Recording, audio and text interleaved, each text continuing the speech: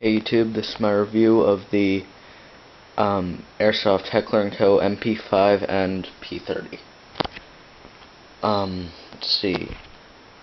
I'm pretty sure on the mp5 the gearbox is plastic, but can't be sure.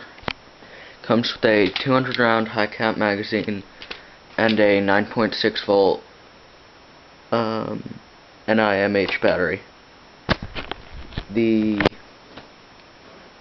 The p30 has a metal slide, functioning slide lock, and 16 round magazine.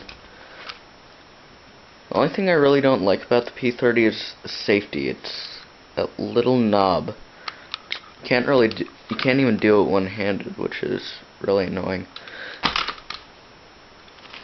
The mp5, if you're wondering, is not ambidextrous. It's only right-handed.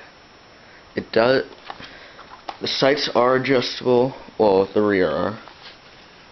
I don't really know why you'd care though, if it's adjustable like that, because it doesn't really affect your aiming.